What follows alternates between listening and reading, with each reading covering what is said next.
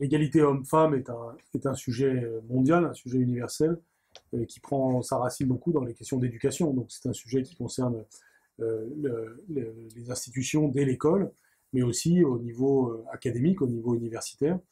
D'abord par la recherche, il faut bien le dire, puisque la recherche sur ces questions-là est importante. Et d'ailleurs, à l'ESSEC, on a des, des femmes et des hommes qui travaillent, des professeurs qui travaillent sur ces questions et qui produisent des recherches intéressantes. Et puis, c'est évidemment un sujet d'enseignement aussi, parce qu'on doit préparer chacun à vivre dans un monde toujours plus équitable sur le plan de la relation homme-femme.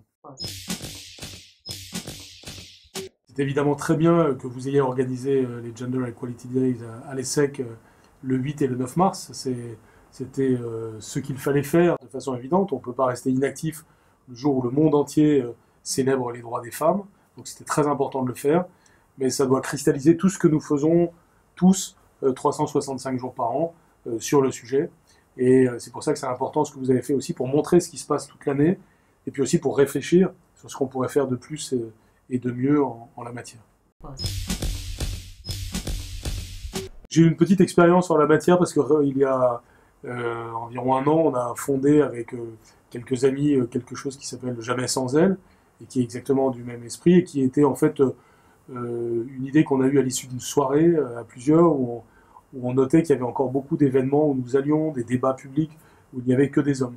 Et donc on a pris l'engagement ce soir-là, une sorte de serment, que nous n'irions plus dans des débats où nous ne serions que des hommes.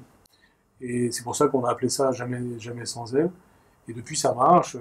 Nos amis, notamment des personnes qui s'appellent Natacha et Tatiana Kester, Seméo, ont développé ça. Il y a des millions de gens qui suivent ça sur les réseaux sociaux.